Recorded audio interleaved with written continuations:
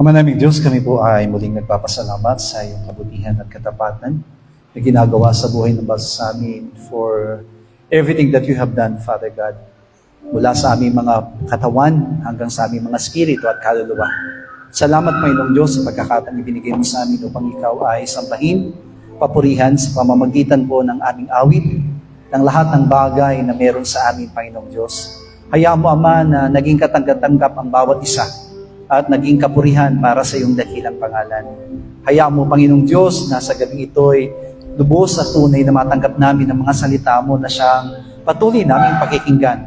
Maging kalakasan namin ito, Panginoong Diyos, at maging katibayan ng aming paglilingkod at pananampalataya. At dalangin ng iyong lingkod na pagpalain mong lahat ng mga kamay na nagkaloob ng kailang mga handog sa iyo.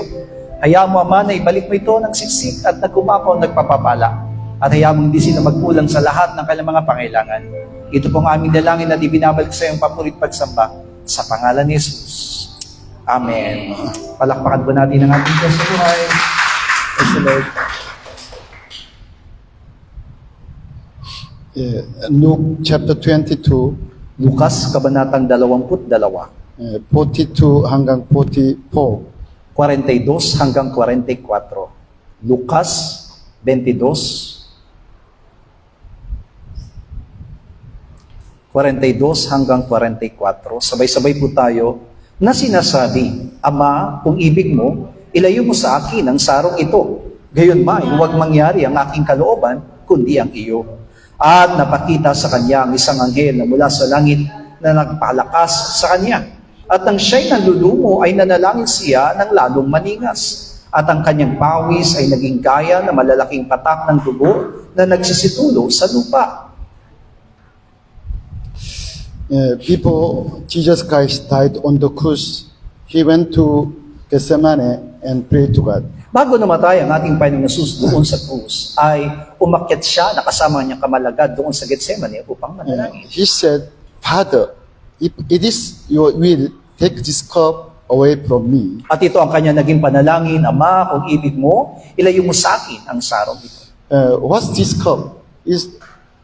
What's the meaning of this cup? That is his death. At kailangan natin maunawaan ang tinutukoy na sarong ito ay ang kanyang kamatayan. But Jesus said, but not my will, but yours be done. Pero muling sinabi ng ating Panginoong Jesus, gayon may huwag yung nangyari ang aking kalooban, kundi ang iyo. Now Jesus Christ clearly explained to us God's will. Nililiwanag mismo ng ating Panginoong Jesus sa atin ang kalooban ng Diyos. The Father's will is his death on the cross and raised from death. Na yung kalooban ng Ama o ang kanyang kalooban ay ang mamatay sa krus at muling mabuhay sa mga patay. Yeah. Of course, the will of Jesus Christ was same. He became Christ to die on the cross. At alam natin na gayon din ang kalooban ni Kristo na siya'y mamatay doon sa krus. And then, when he died on the cross, he said, it is done. It is finished, and he died. Kaya naman sa pamamagitan ng kanyang kamatayan sa krus ay nahihayag niya na naganap na ang lahat. And then Matthew chapter 6 verse 10, in our Lord's Prayer, your kingdom come, your will be done on us as it is in heaven. At pagdating naman doon sa Mateo Kabanatang 6, talatang 10, na panalangin itinuro sa atin ng Panginoon, dumating nawa ang kaharian mo, gawin nawa ang iyong kalooban kung paano sa langit, gayon din naman sa lupa. Every day, all the time, we pray to God this prayer. At araw-araw, ganito tayo manalangin sa nakatulad ng tinuro ng Panginoon. Your will be done on us as it in heaven. Na mangyari nawa ang iyong kalooban kung paano sa langit, gayon din sa lupa. What's this will? Is it same also to us? At alam natin kung ang tinutukoy ng kaloobang ito'y tungkol din sa atin. Of course, when we believe in Jesus Christ, already we die on the cross. Nang tayo manalig kay Kristo, tayo kasama ng namatay doon sa krus. But Jesus Christ teaching to us every day, you ask God's will. Fulfill the God's will to you. Pero itinuturo din sa atin ng Panginoon na araw-araw ay kailangan natin maunawa ang mabuti kung ano ang kalooban ng Diyos. Because even though today we believe in Jesus Christ, still our old man still alive. Sapagkat sa kabila ng ating pananalig kay Kristo sa kasalukuyan, nananatili pa rin buhay ang ating lumang pagkatao. That's why Apostle Pablo said, every day I am dying on the cross. Yan ang dahilan kung bakit Apostle Pablo. sinabi na po sa Pablo na ako'y namamatay araw-araw doon sa krus. If you understand what's God's will, you'll change your prayer. And then every day, when you pray to God, you want to kill your old man. Kaya naman kung maunawaan natin ang tunay na kalooban ng Diyos, mababago natin ang laman ng ating pananalangin at hayaan po natin na tayo'y mamatay araw-araw doon sa krus. Before I told to you, first time when God created man, there's no old man. At katulad nga po ng sinabi ko sa inyo, nang likhain ng Diyos sa umpisa pa lamang ang tao, ay wala siyang taglay na datihang pagkatao. God give to us spirit. The spirit is like a God's house. At ang ibinigay ng Diyos sa atin ng Espiritu, ito'y nagsisilbing tahanan ng ating Diyos. That's why we can meet to God. Even the Old Testament times, Israel people, they can meet to God in their spirit. Kaya naman, maging sa lumang tipan, katulad ng saksalukuyan, ay mararanasan natin ng Diyos sa pamagitan ng Espiritu. And then we can unite. You can be one with God in our spirit. At sa pamagitan din ng ating Espiritu, ay maaari tayo makipag-isa sa ating Diyos. Today, Holy Spirit also stay in our spirit. Maging saksalukuyan, ang banal na Espiritu Santo ay nananatili sa ating Espiritu. Because God is spirit, that's why He give to us spirit as His house. At dahil nga po ang Diyos ay Espiritu, kaya naman ibinigay niya sa atin ang Espiritu upang kanyang maging panahanan. And then people commission to God. There's no old man in Adam, but when they commission to God, the devil, the king of the world, into the Adam, us. Kaya naman, nang bago magkasala si Adan, ay wala siyang tinatawag na datihang pagkatao, ngunit pagkatapos na po siya ay magkasala sa Panginoon, yung mismong diablo ay nanahan sa atin o kay Adan. Before Adam commissioned to God, they were holy men, di ba? Holy men. Only they have word of God. Pero bago nga magkasala si Adan, ay tinatawag silang banal ng ating Panginoon. But after separate from God and then obey to the devil became their master, owner, their king. Pero matapos na sila'y magkasala at sumuway sa Diyos, ang naging kanilang Panginoon o pinapanginoon ay ang diablo. That's why from that point, this devil's character into our mind. At mula roon ay alam natin na yung mismong mga katangian ng diablo ay sumaating puso. In the Bible school, teaching about the salvation, also sanctifications. Sa aklat sa paaralan po ng Biblia, itinuturo po yung kung paanong pagpapatawad o paglilinis, We understand about salvation. yung ating kaligtasan. Yeah, but what is sanctification? Pero ano po ba yung tinatawag na pagiging ganap? Bible school teaching, after believing Jesus Christ, you have to change it, but you have to change it and holy life.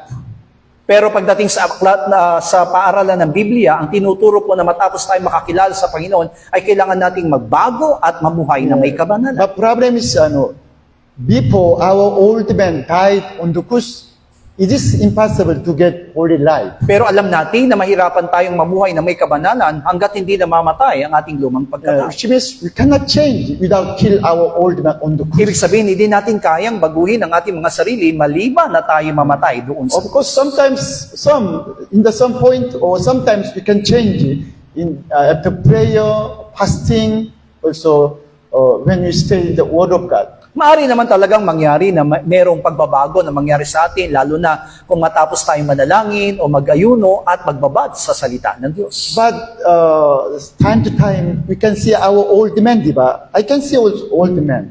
Pero sa kabila ng lahat na yun, ay makikita pa rin nating nagmamanifesto ang ating mga lumang pagkatao. Especially when we meet the hardship, di ba? Hardship, suffering, we can see strong our old man. Lalo na po na kapag nakakaranas tayo ng klase ng mga pagsubok sa ating pamumuhay, maaring lumilitaw o nagmamanifesto yung ating lumang pagkatao. Already I told you, people, there's no financial problem to me.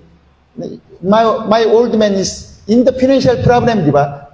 Not strong, my old man. Kaya nga, kung makikita ninyo na sa aking karanasan, nung hindi pa ako nagkakaroon ng mga pinansyal na mga problema, hindi nagmamanifesto ng mahigit yung aking lumang pagkatao. But when Samnak Church stopped supporting to me, I saw very strong my old man. Pero nang dumating ang pagkakataon na tumigil yung suporta sa akin ng Sungrap Church, nakita kong mabuti yung pagmamanifesto ng aking lumang pagkatao. And then, after I separate from the truth, and then become religious man, I saw strong my old man. Lalo na nang ako himiwalay doon sa tinatawag na katotohanan at namuhay doon sa pangrelyosong pananampalataya, nakita ko kung paanong mas lumala ang ating datiang Because pagkatao. at that time, I want to be holy through only prayer, fasting, and then through my training. Sapagkat ang pagnanasa ko ng kabanalan ay ginagawa ko lamang sa pamamagitan ng mga pag-aayuno, pananalangin at mga pag-aaral.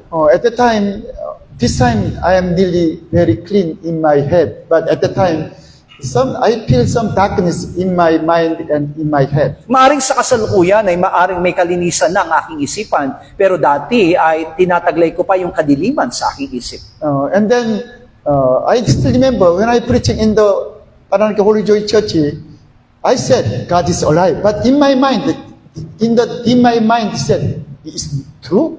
It's really God is alive? At naalala ko pa nga ang isang pangangaral ko na nangyari doon sa iglesia natin sa Parañaco na sinabi kong ang Diyos ay buhay. Pero sa kalooban ng aking puso ay nagkakaroon ako ng pagdududa. Totoo ba na buhay ang Diyos? Like other spirit, like demons, something said to in my mind.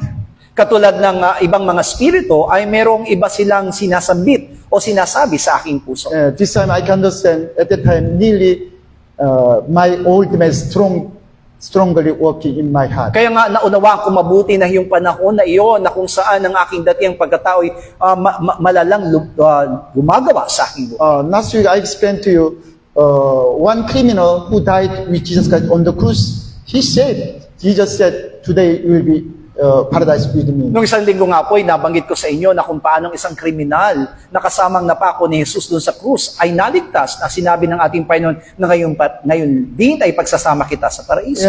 When he believed in Jesus Christ, he really believed in Jesus Christ as a Christ.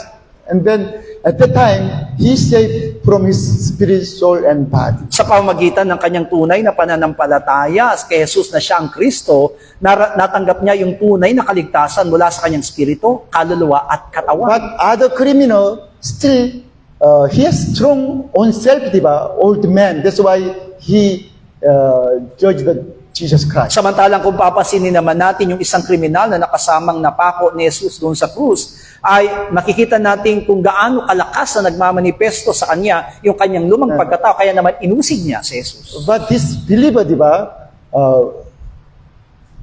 when believing Jesus Christ, at that time, he denied his own self.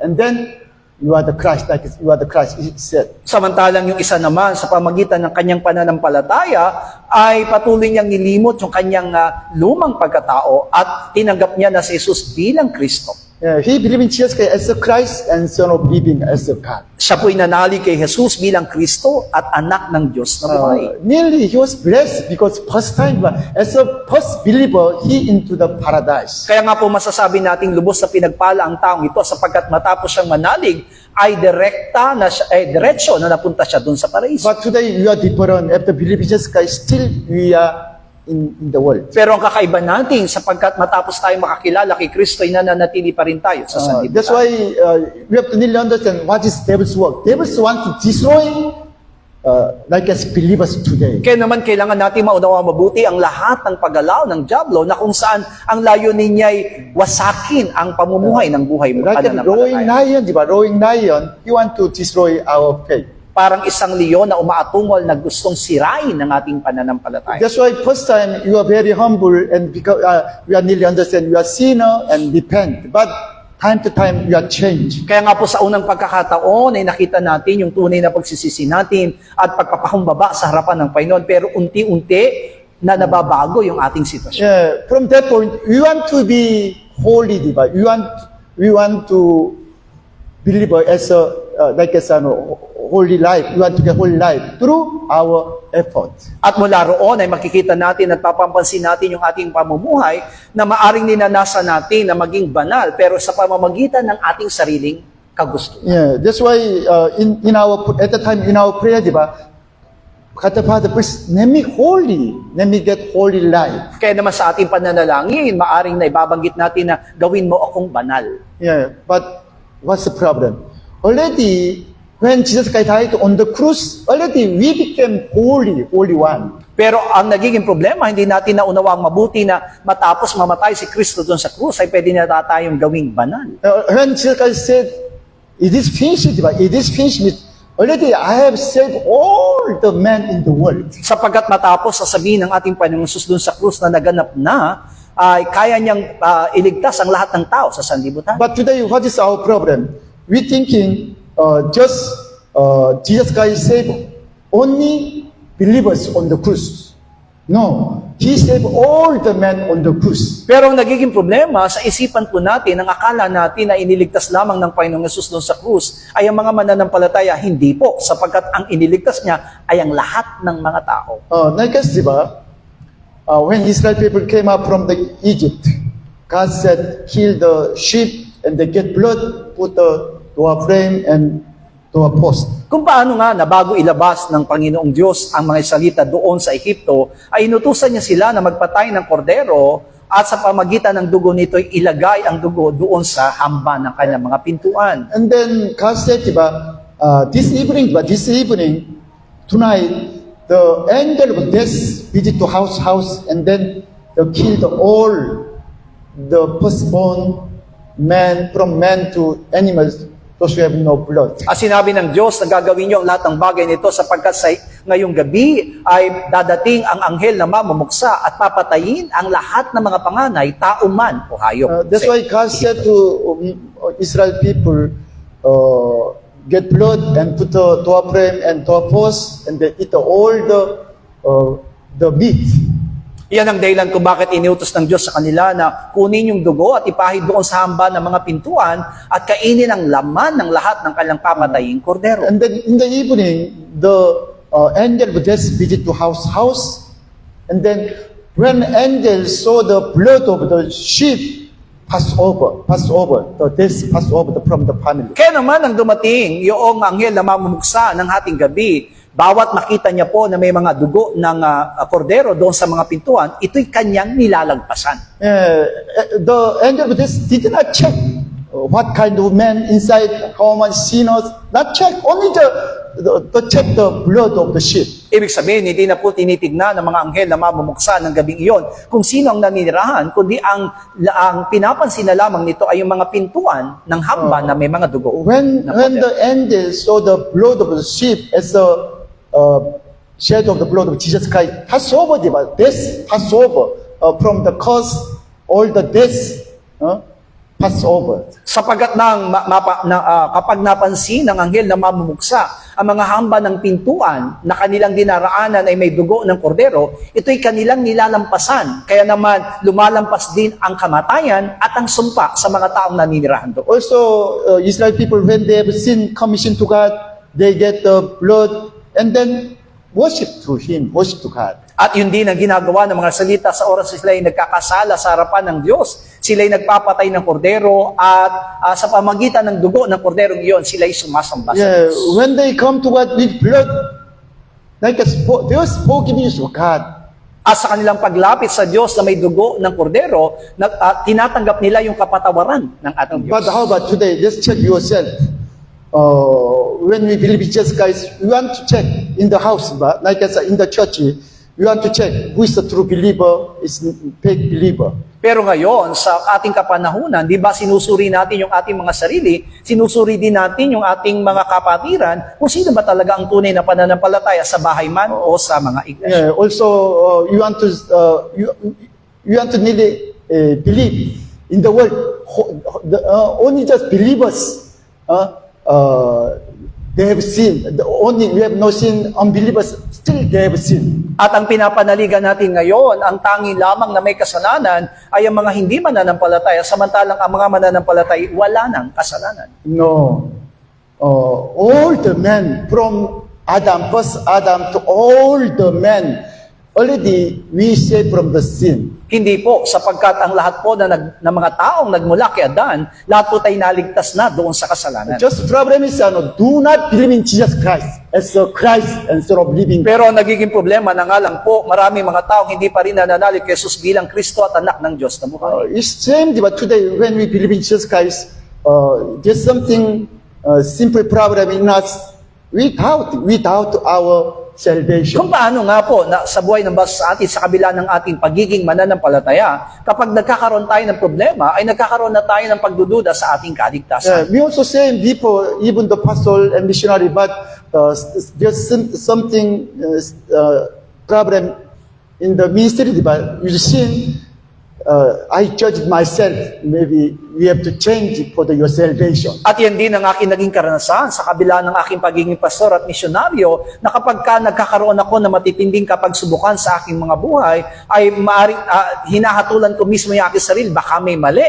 May kailangan akong baguhin sa aking sarili. Maybe today many Christians saying like that, but they believe in like that. Sometimes I have said because I'm good believer. But sometimes when they have seen problems, they think, no, I'm not sure my salvation. Alam kong yan din ang nagiging karanasan ng maraming mga mananampalataya, na kapag sila'y namumuhay ng walang kasalanan o hindi nagkakasala, maaaring sinasabi nila na meron silang kaligtasan. Pero sa oras sila'y nagkasala at nagkaroon ng mga suliranin sa kanilang mga buhay, nagkakaroon sila ng pag-aanilangan. Meron pa ba talaga akong kaligtasan? People, my wife is, several times said to me, maybe already God throw me away from His house. Maraming beses na po na sinasabi, na binabanggit ng aking asawa sa akin, isa na ako yata sa itinakwil ng Diyos sa kanyang tahanan. Because she said, I cannot feel God's love to mine. Sapagkat hindi ko na nararanasan yung tunay na pag-ibig ng Diyos sa aking puso.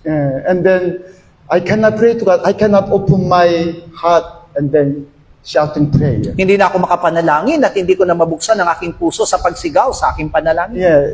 That is devil's talking, devil's mind, devil's teaching. Alam niyo po ba na ito ay mga pananalita ng diablo, at ang diablo mismo ang nagpapakita nito upang ito'y magmanifesto sa atin.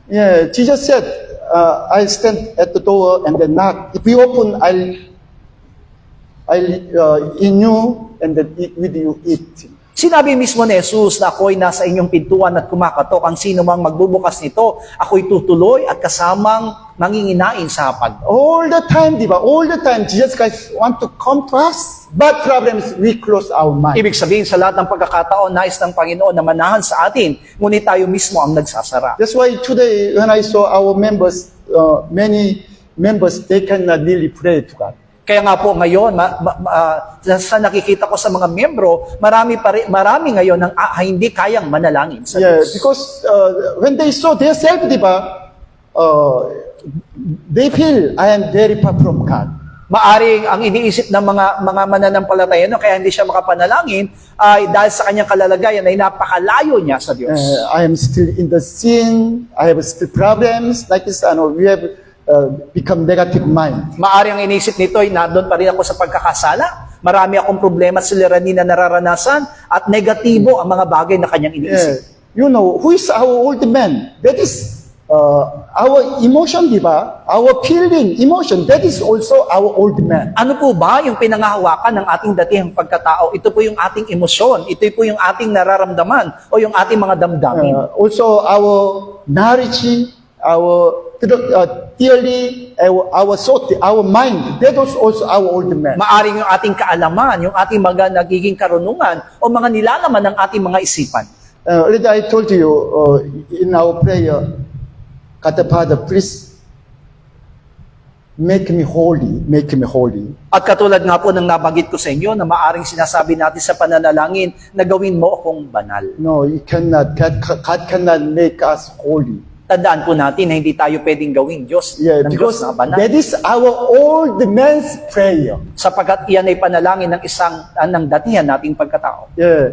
What is really our prayer? Like today, will of God, Father, please let me die on the cross and nature from this. Ano ang dapat natin maging panalangin tulad ng ating binasa sa gabing ito? Ano yung kalooban ng Diyos na kailangan tayong naisin ng Diyos na tayong mamatay na kasama ni Kristo sa krus?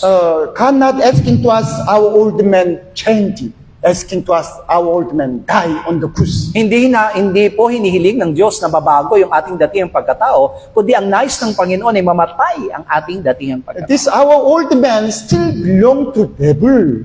That's why when our strong God is working our old man, we can see devil's character. At dahil nga po yung ating datihang pagkatao ay kabilang o pag-aari ng dyablo, kaya naman makikita natin yung katangian ng dyablo kapag ito'y nagmamanifest. Of course, when we believe in Jesus Christ, new man, the character of Jesus Christ, the word of God also come to our spirit. Totoo naman, nang tayo manampalataya kay Kristo na tayo na isang naging bagong nilalang, ibig sabihin yung katangian ni Kristo ay nasa atin. Yeah, that's why when you believe in Jesus Christ, we became new creation, di ba?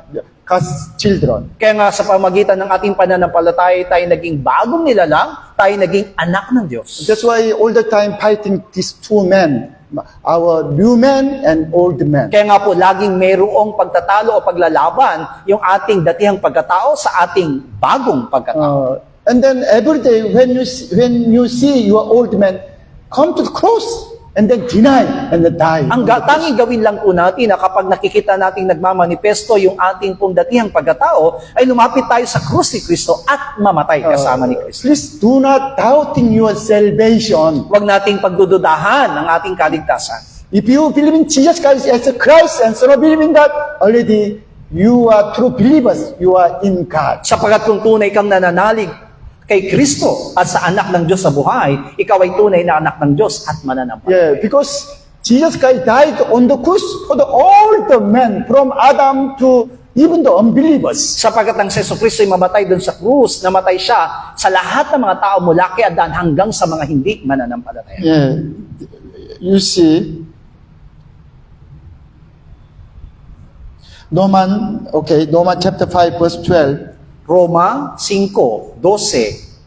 Kaya kung paano na sa pamamagitan ng isang tao ay pumasok ang kasalanan sa sanlibutan, at ang kamatayan ay sa pamamagitan ng kasalanan, at sa ganito ang kamatayan ay naranasan ng lahat ng mga tao sapagkat ang lahat ay nagkasala. Yeah, we all came from first man Adam. Lahat po tayo galing sa unang Adan. Yeah.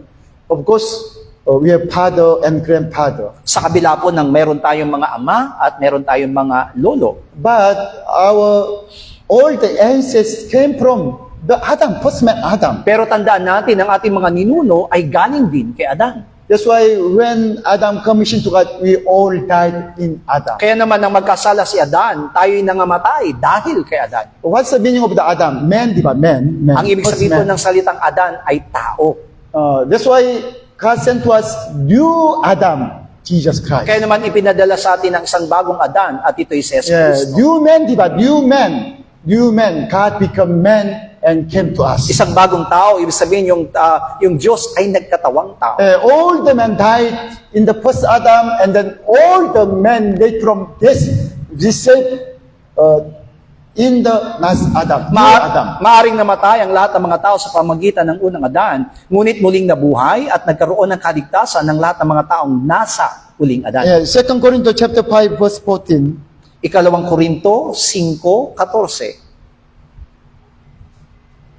Sapagkat ang pag-ibig ni Kristo ay pumipilit sa amin, sapagkat ipinasisiya namin ang ganito, na kung ang isa ay namatay dahil sa lahat, kung gayoy lahat ay nangamatay. Yeah, thanks God, because the love of the Christ didn't come to us, diba? And then He died. If one died for all, then all died. Salamat sa Diyos sapagkat sa pamagitan ng kanyang pag-ibig, lahat ay na nangamatay ay Yeah. When Jesus Christ died on the cross, we all died to the sin. na sa pamagitan ng kanyang kamatayan sa krus, lahat tayo nangamatay sa kasalanan. Yeah, 1 Corinthians chapter 15, 22. Unang Korinto 15:22.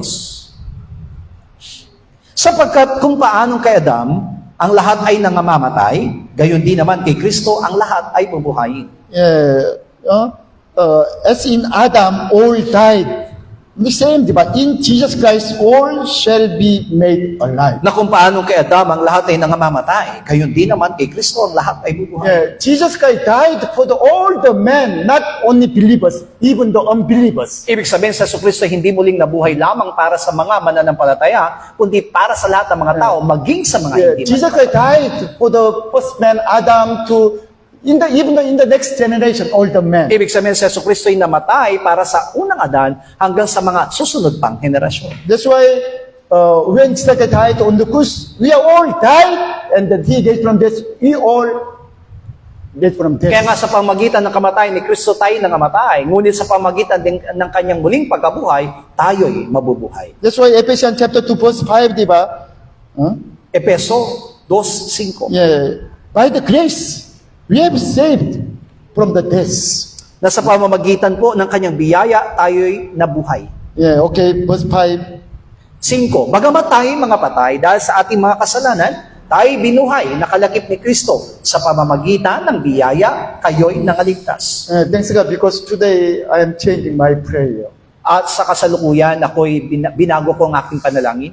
Before I pray to God only, I guess, my family and then all the church members from main church, all the branch churches. Ang ipinapanalangin ko dati ang aking pamilya at lahat ng mga miyembro mula sa main church hanggang sa barang churches. But today, really, I am praying to God, all the believers, all the Christians in the world, even though unbelievers. Pero ngayon, hindi lamang sila ang aking pinapanalangin, kundi lahat ng mga mananampalataya sa buong mundo at maging mga hindi Because mananampalataya. this time I can understand God the Father's will and then the love of Jesus Christ. Sapagkat ngayon ay naunawaan ko ang kalooban ng Diyos at ang pag-ibig ni Kristo. When strongly alive our old man, we pray to God only our blessing and needs. Sapagkat kung ang nananaig sa ating buhay ay ang ating datihang pagkatao, ang lagi natin ipapanalangin ay ang ating pangailangang pisikal. Even though after we understand about our old man, diba, still strongly working our old man, our mind, we pray to God only my family, diba? Even though only our church. Sapagkat kung tunay nga po na laging mabubuhay sa atin ang ating lupang pagkatao, maipapanalangin lamang natin ay ang ating sarili, ang ating mga pamilya, at maging ang ating mga miyembro sa But this iglesia. time, really thanks God because God wants to save all the people. That's why Jesus Christ died all the men. Pero nagpapasalamat tayo sa Diyos sapagkat ninanais ng Panginoon ligtas ang lahat ng mga tao sapagkat siya'y namatay para sa lahat ng mga tao. 2 Corinthians chapter 4 verse 14. Ikalawang Korinto 4:14. Na aming nalalaman na ang bumuhay na maguli sa Panginoong Hesus ay siya ring bumuhay na maguli sa amin, nakalakip ni Hesus, at ihaharap kaming kasama ninyo. Yeah, thanks God. Because it is, okay, what is your believing? Ano po ba yung ating pinapanalikan? Please do not believe your old man. Huwag nating pananaligan yung ating datingang pagkatao. Yeah, because now, anyway, we are hearing the word of God when we come to church, diba? Hearing word of God through our old man, diba? Through our old man. Bawat sa po sa atin na nakakapakinig ng salita ng Diyos sa pagtungo natin sa iglesia sa pamamagitan ng ating datihang pagkatao. But this limitation, through our old man, we cannot get through faith. At naniniwala tayo na limitado ang magagawa natin doon sa ating lumang pagkatao sapagkat magiging limitado ang ating pananampalataya. Yeah, thanks God, because when I was a middle school student, I think mga 14 years old, from that point, I believe in living God, the creator God. Pero salamat sa Diyos sapagkat ako mismo naranasan ko nang ako ay nasa sekundarya pa lamang, umaaring 14 anyos ako ay naniwala na ako sa isang buhay na Diyos. In the classmate, diba, almost 60 students. But I don't know others. But at that time, nearly, it was shock to me. There's no end in the universe. Sa aming magkakaklase, maaring 60 kami na estudyante, ay gano'n na lamang yung aking namangha ako doon sa kawalang hanggan ng sanlibutan. Yeah, scientist teacher said to us, the universe, there's no end, still expand. Na kung paano nga po na binanggit ng aming pong guro sa aming eskwelahan na yung kalawakan ay walang hanggan. From that evening, really, I could not deeply sleep. So much confusion. What problem? What's the reason? Simula ng gabing yon, matapos ng aming pag-aaral, ay nagkaroon ako ng pag-iisip sa mga bagay na nangyari. Because we can believe when we see and touch. Only just we can after see. Sapagat alam natin bilang tao, mas ang pinaniniwalaan natin ay yung mga bagay na nakikita, mga bagay na nahawakan, madali ang paniwalaan. Yeah, but when I thinking about the universe, really there's no end. Means maybe there's God. Pero noong sinasabi ang tungkol sa daigdig na wala itong hanggan, talagang ako'y nagkaroon ng pagtataka sa aking buhay at sinabi kong meron talagang Diyos. And then from that point, I tried thinking about man. Who's man? Who's man? At mula doon ay nag-umpisa na akong nagtanong, sino ba talaga ang tao? I asked myself, where you came from and then where you go? At nasabi ko na nga po na maaring sila'y darating at aalis. Yeah, because already from the child I believe we have spirit, diba? Because all the Korean says about the demons. Bata pa naman ako, alam ko na talaga na ang tao ay may espiritu sapagkat kami mga Koreano ay naniniwala doon sa mga demonyo. Thanks God, because even though teaching in the school, I believe in God, diba? Living God. Kaya nga ako'y nagpapasalamat sa Diyos sapagkat kahit na sa turo sa eskwela namin ay nakuha kong manalig sa isang buhay na Diyos. But you see, today, almost teaching in the school, they are not saying about God. They are teaching like unbelievers' teachings. Pero sa kasalukuyan, alam natin na sa mga eskwelahan ay hindi na ituturo na ang tungkol sa buhay na Diyos. Maaring ang tinuturo po ay ang mga pansalibutan. Yeah, that's why almost today, unbelievers, old men, very strong, like a stronghold. Kaya nga po masasabi natin ang pamumuhay po ng mga hindi mananampalataya ngayon ay nananaig sa kanila ang datihang pagkatao. That's why they don't like to accept the gospel and Jesus Christ. Iyan ang dahilan kung bakit nahirapan silang tanggapin ang mabuting balita at si Kristo. Even though some person, when they come to church, after hearing the message, they want to check the message, word of God through old men. Kaya nga po marami sa mga bagong dumadalo sa iglesia, maaring kapag katapos sila makinig ng salita ng Diyos ay sinisiyasat nila ang salita ng Diyos sa pamamagitan ng kanilang lumang pagkatao. Yeah, who's old man belong to devil, not God. Pero ang masama dahil yung lumang pagkatao natin ay kabilang sa diablo at hindi sa Diyos. Yeah, that's why first time we can believe in God, but time to time this old man, they are separate from the word of God and then living God. Kaya nga kahit na dumating sa pagkakataon na tayo manampalataya sa Panginoon, dumarating din ang pagkakataon na unti-unti nagmamanipesto yung ating datihang pagkataong pag-aari ng diablo at inaalis yung ating You see pananampalataya. today other church and other Christians, no, they have no truth. They are not in the truth. Kaya nga po mapapansin din natin ngayon na karamihan ng iglesia, karamihan ng mananampalataya ay wala sa katotohanan. You check their prayer. All the time they are asking their blessing and physical needs. Kaya kung sisiyasatin natin yung kanilang mga panalangin, ang kanilang ipinapanalangin ay panay pagpapala at panay pisikal na But today, pagkakailangan. if you are true Christian, you ask God the Father, only your will, Father's will come to us. Pero kung tunay tayong mananampalataya, ang nanaisin natin ipanalangin ay dumating sa atin ang kalooban ng Diyos. What is Father's will? Jesus Christ died on the cross for the death from death. Na ang anong kalooban ng Diyos sa si Kristo'y mamatay doon sa krus at muling mabuhay. That is our believing, diba? Our salvation is not come to our old man. It's from God. At yan ang ating pinapanaligan sapagkat yung kaligtasan na hindi galing sa ating lumang pagkatao, kundi galing sa Diyos. With our old man. Our old man, we cannot believe in the dead man dead from this. Ano yung ating datihang pagkatao? Hindi po ito naniniwala sa ating muling pagkabuhay. Our old man, we cannot believe in Jesus Christ walking on the water. Na yung ating datihang pagkatao hindi naniniwala na makakalakad si Jesus sa ibabaw ng tubig. Our old man, we cannot believe Jesus Christ, over 20,000 people give to them the food, food. Na ang lumang pagkatao natin hindi maniniwala na kayang pakainin ni Jesus maging ang mahigit 20,000 katao. By the 5 bread and the 2 fish. Sa pamamagitan ng 5 tinapay at 2 isda. Our old man, we cannot believe the dead man Nazareth from death. At hindi rin kayang manalig yung ng ating lumang pagkatao na si Lazaro'y kayang buhayin muli ni Jesus. Yeah, our old man, you cannot believe. The virgin birth of Jesus Christ, you cannot believe. Na yung ating lumang pagkatao hindi rin naniniwala doon sa pagkasilang ng ating Panginoong Hesus ng isang dalaga. Yeah, that's why today unbelievers, through their old man, they try to check the message, even though the Bible. Kaya nga po, yung mga hindi mananampalataya, di po ba? Pilit pa rin nilang sinisiyasat yung sinasabi ng Biblia. Through our old man, we cannot get through faith. We Pero cannot come to God. Pero tandaan natin, ang ating lumang pagkatao, sa pamamagitan nito, hindi tayo magkakaroon ng pananampalataya at mananalig sa Diyos. That's why in the Romans chapter 1 verse 17, diba? In the gospel, there's righteous God revealed. Kaya nga po, mula doon sa Roma, Kabanatang 1, talatang 17, bagamat ang biyaya ng Panginoon ay nandoon sa mabuting balita, pero ayaw nila itong Because panaligan. by faith, come to the faith.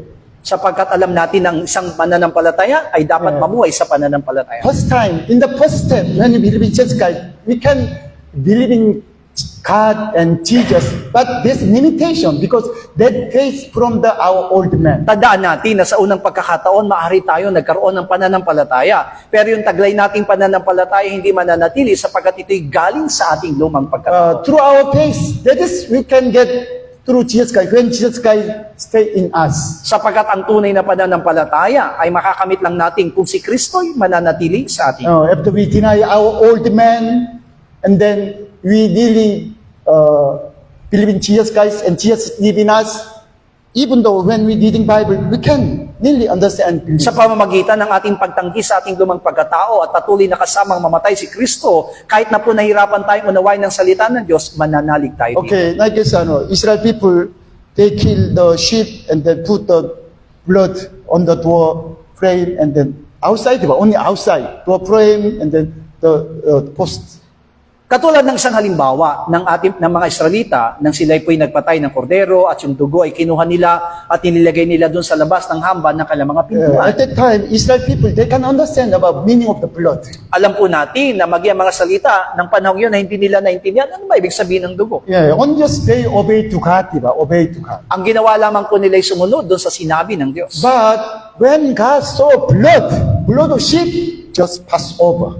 Pero nang makita ng Diyos yung mga dugo sa hamba ng mga pintuan nila, yung mamumuksa na anghel ay nilagpasan Today sila. also same, when God the Father saw blood of Jesus from us, just pass over. He said, already you are not just one, you are already my son. Yung ginagawa ng Diyos sa atin na kapag nakita niya ang dugo ng kordero o dugo ni Kristo sa buhay po natin, tayo po'y kanyang nilalangpasan. Ibig sabihin, tayo po'y ligtas niya. It's not important. Still, we have mistake. Still, we have sin. It's not important. Only just God wants to see the blood of Jesus Ibig Christ. sabihin, hindi na mahalaga sa Diyos ngayon kung nagkakasala ba tayo o nagkukulang pa tayo. Ang mahalaga ay taglay natin ang dugo ni Kristo. That's why really we have to believe God's works, God's work. Because salvation belong to God, not us. Ibig sabihin, kaya ang pinaka-importante lamang ay kailangan natin panaligan ng gawain ng Diyos sapagkat yan ay gawain ng Diyos, yung kaligtasan natin at hindi sa ating gawain. God save us by His love of also Jesus Christ. Iniligtas tayo ng Diyos sa pamagitan ng pag-ibig ni Hesus Kristo. It is not important even though we understand about the blood.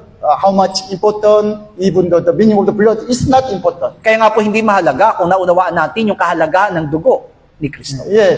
God wants to see only blood. You have blood or not? You have blood or not? Ang gusto lamang makita ng Diyos, taglay ba natin ng dugo o hindi? That's why when Jesus Christ died on the cross already, God saved us from the sin. Kaya nga po, ang kamatayan ni Kristo, iniligtas niya tayo sa ating mga kasalanan. All the men, you have no sin. You are not on the sin. Kaya nga po, ang lahat ng mga tayo, wala na kasalanan at wala na tayo sa ilalim ng kasalanan. Yeah, because all the men died in first Adam, the first Adam. Sapagkat namatay na ang lahat ng mga tao sa pamagitan ng unang Adan. Yeah, in front of God, only there are two men, first Adam and last Adam. Kaya nga, sa harapan ng Diyos, may dalawang klase lamang ng tao, unang Adan at huling Adan.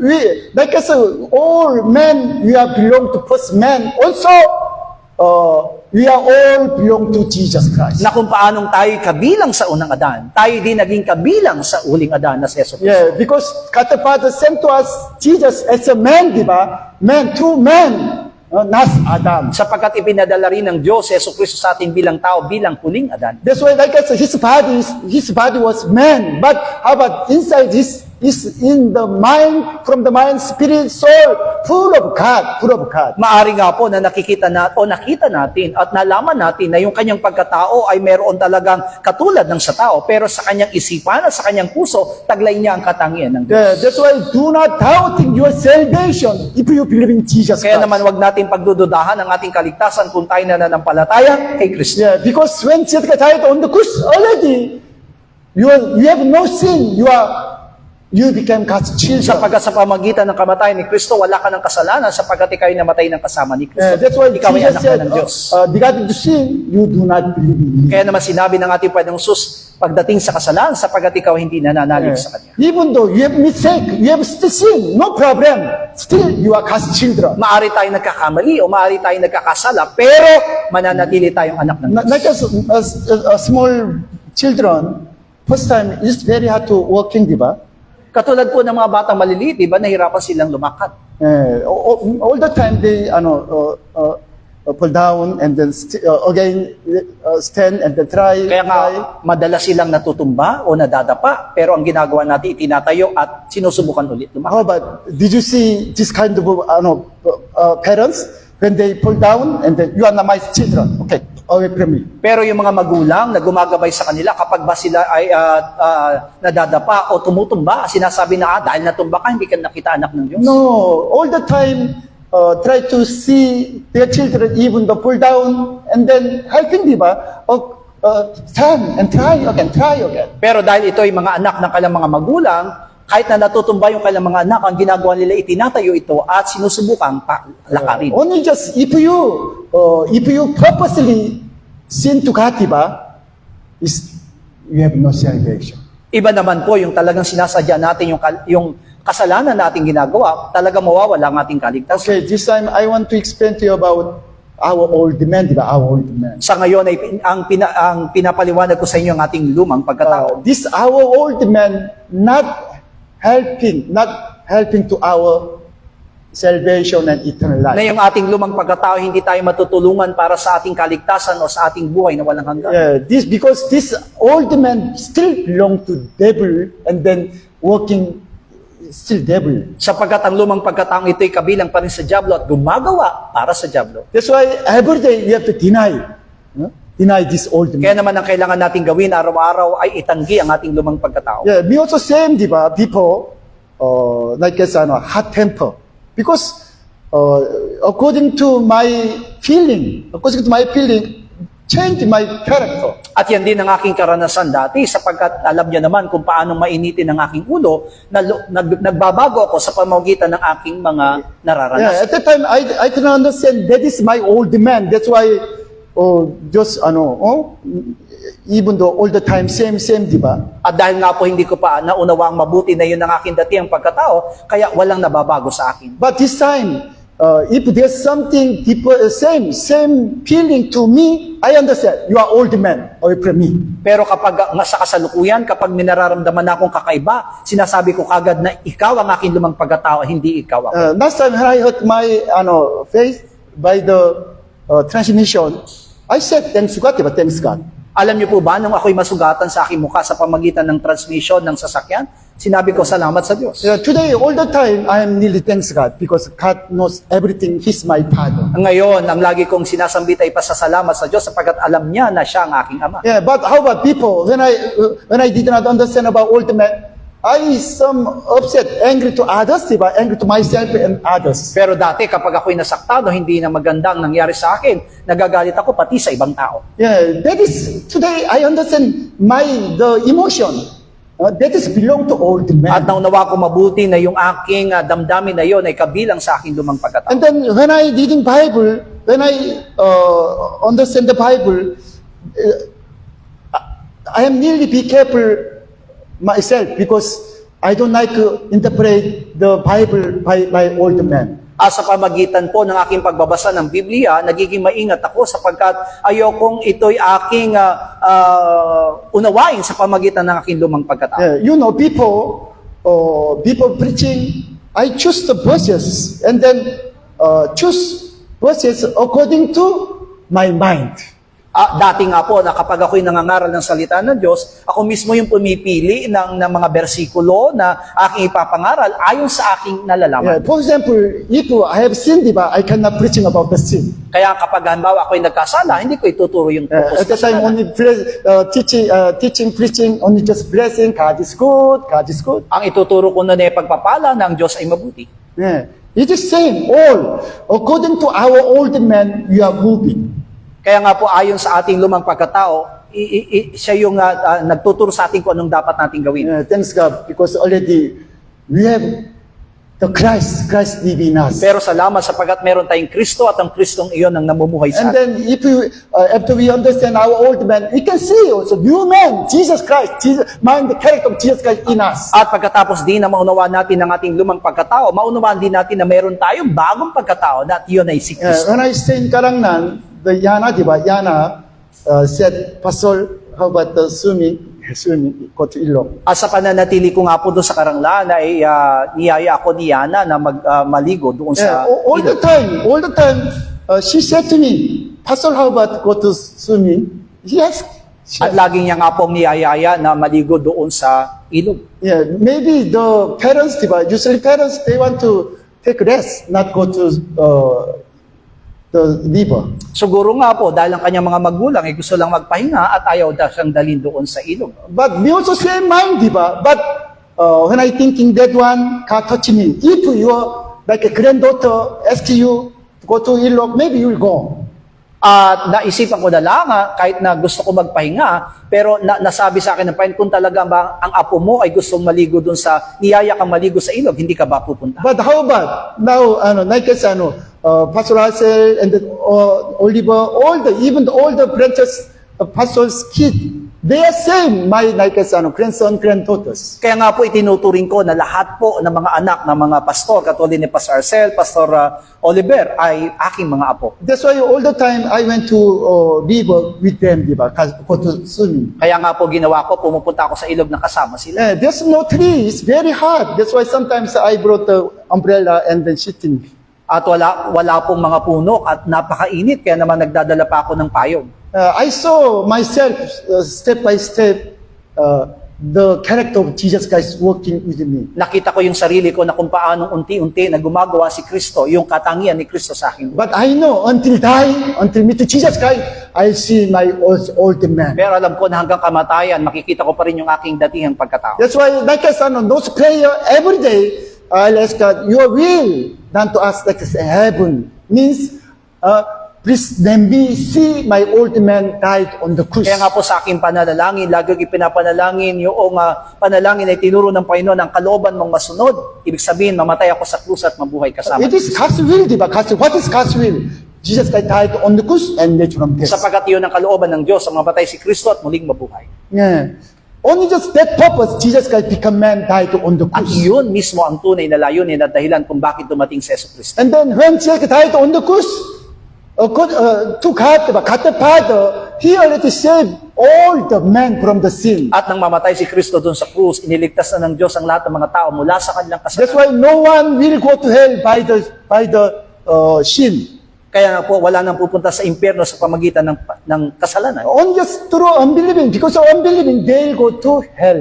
Napupunta lamang ang tao doon sa impyerno dahil sa hindi pananampalataya. Like us, same, already I explained to you, like us, we are like us in the house, but ours, the blood of Jesus Christ in the outside, only outside. Kung paanong ipinaliwanag ko sa inyo na lahat ng mga bahay na mayroong dugo sa hamba sa labas mismo ng kanilang mga And then God the Father wants to see only blood of Jesus Christ. Kaya nga ang hinahanap lamang ng Diyos ay ang dugo ni Yesu Kristo. Only through blood of Jesus Christ we can into heaven. Sapagkat sa pamagitan ng dugo ni Yesu Kristo, yun lamang gidaan para tayo makarating sa And langit. then when Jesus Christ died, that time the curtain in the temple destroyed from the up to Kaya nga po down. sa pamagitan ng kamatayan ni Kristo, yung mismong kurtina na naghahati doon sa templo ay nahati. At that time, the most holy place, God's house, come to us. Ibig sabihin, yung mismong dakong kabanal-banalan ay lumapit sa atin. From that point, we can come to God's house Kaya naman,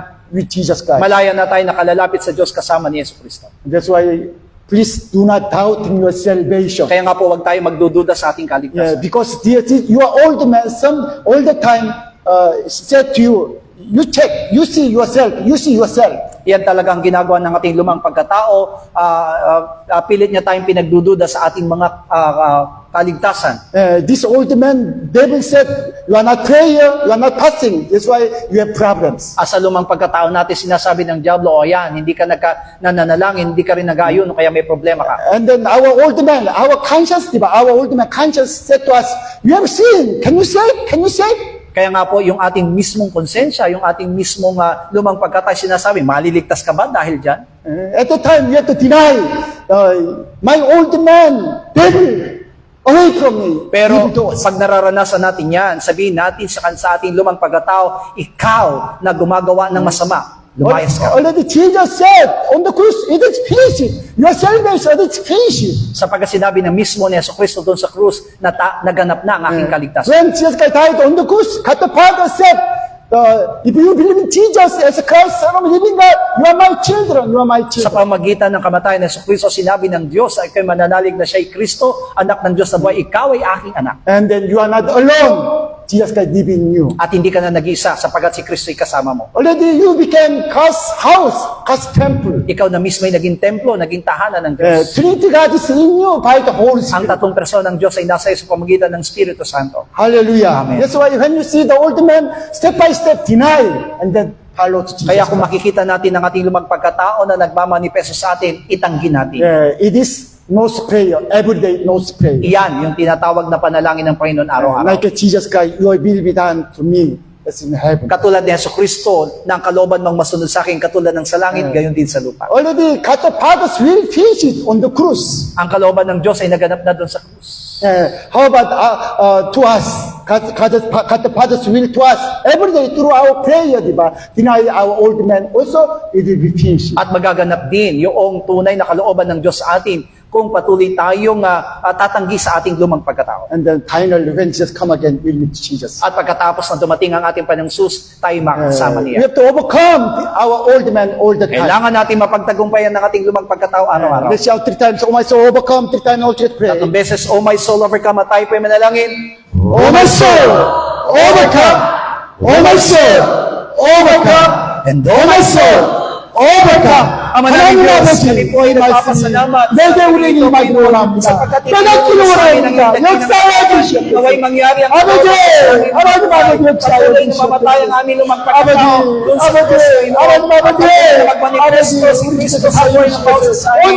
Kaya Ama na mamatay kami kasama ni Kristo sa krus at kasama kami mabuhay ni Kristo, Panginoong God. Yan ang aming patuloy na dinadalangin sa iyo. Mangyari ang iyong kalooban kung paano sa langit at gayon din sa lupa, Panginoong Diyos. Ikaw, Panginoon, ang tunay na mag-hari sa amin. Huwag mo hayaan, Ama, na manaig ang pagdududa. Huwag mo hayaang manaig sa amin, Panginoong Diyos, ang mga pag-aalinlangan. Huwag mo hayaan, Panginoong Diyos, ang mga pandarayan ng Diablo ay manaig sa buhay ng bawat isa.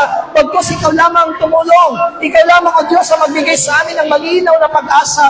Ikaw lamang, O Diyos, ang laging magbigay sa amin, Panginoong Diyos, ng katatagan at katibayan na kailangan namin sa aming pananampalataya, Panginoon. Kung may mga pagdududa, kung meron ng mga pag-aalinlangan, masakin mo ito, Panginoong Diyos, at itatanggi namin sapagkat si Kristo ay namatay para sa amin, upang kami maligtas, upang kami magkaroon, Panginoon, ng buhay walang hanggan. Mangyari ang kalooban mo, mangyari ang kalooban mo sa aming pamilya, mangyari ang kalooban mo sa aming iglesia, mangyari ang kalooban mo sa aming mga kapitbahay, mangyari ang kalooban mo sa Pilipinas, mangyari ang kalooban mo sa buong mundo, Panginoon, sapagkat nais namin, Panginoon God, na makita mo ang lahat ng mga tao na patuloy na nananalig sa iyo, Panginoon Jesus. Yan ang patuloy namin dinadalangin, Panginoon. Kaya mo ng pag-ibig ni Kristo ay maranasan din po nila kung paanong nararanasan namin sa bawat araw. Bagamat kami nagkukulang o nagkakasala, Panginoong Diyos, hindi pa rin kami mawawala sa iyong pag-ibig. Hindi pa rin kami mawawala sa iyong kaligtasan sapagkat ikaw ang unang umibig sa amin. At ang pag-ibig na ito, ang nais naming maranasan sa bawat araw. Ingatan mo kaming lagi, Panginoong Diyos, at ayaw mo, Ama, ng lahat ng aming mga pananampalataya ay ayon lamang sa iyong salita at hindi dahil sa aming mga lumang pagkatao. Ikaw lamang ang tumulong, ikaw lamang ang gumabay, ikaw lamang ang magbigay sa amin, Panginoong Diyos, ng katatagan at katibayan, Panginoong God. At nananalig kami, Panginoong Diyos, na hindi mo pababayaan ang aming mga puso, Panginoong God, na madaya ng gawa ng Diablo. Hayaan mo, Panginoong Diyos, na panghawakan mo ang aming mga damdamin, na panghawakan mo ang aming kaisipan, panghawakan mo ang aming mga puso sa pamamagitan ng katotohanan. Iyan ang aming dinadalangin, O Diyos, at hayaan mo, Ama, na maging lubos ang aming pananampalataya hanggang sa muling pagparito po ng aming Panginoong Jesus. Tulungan mo kami na lagi maging matagumpay. Mapagtagumpayan namin ang aming lumang pagkatao. Maging matagumpay po kami sa lahat ng lalang ng kaaway sa aming mga buhay. Kung ito man ay ginagamit ng Diablo, Panginoong Diyos, hayaan mo, Ama, na ito'y mapagtagumpayan namin at makita mo ang aming mga puso na namumuhay ayon sa iyong katwiran at ayon sa iyong dakilang kalooban. Salamat po, Ama, at inaangkin namin ang katagumpayan ng lahat ng ito sa pangalan po ng aming Panginoong Jesus. Amen. All together, Lord's Prayer. Ama naming nasa langit, sambahin nawa ang pangalan mo. Ikaw nawa ang maghari sa amin. Sundin nawa ang iyong kalooban dito sa lupa tulad ng sa langit. Bigyan po kami ng pagkain kailangan namin sa araw na ito at patawarin mo po kami sa aming mga kasalanan tulad ng aming pagpapatawad sa mga nagkakasala sa amin at huwag mo kaming iharap sa maigpit na pagsubok, kundi ilayo mo po kami sa masama, sapagkat iyo ang kaharian at ang kapangyarihan at ang kapurihan magpakailanman. Amen. God bless you all. See you on Lord's Day.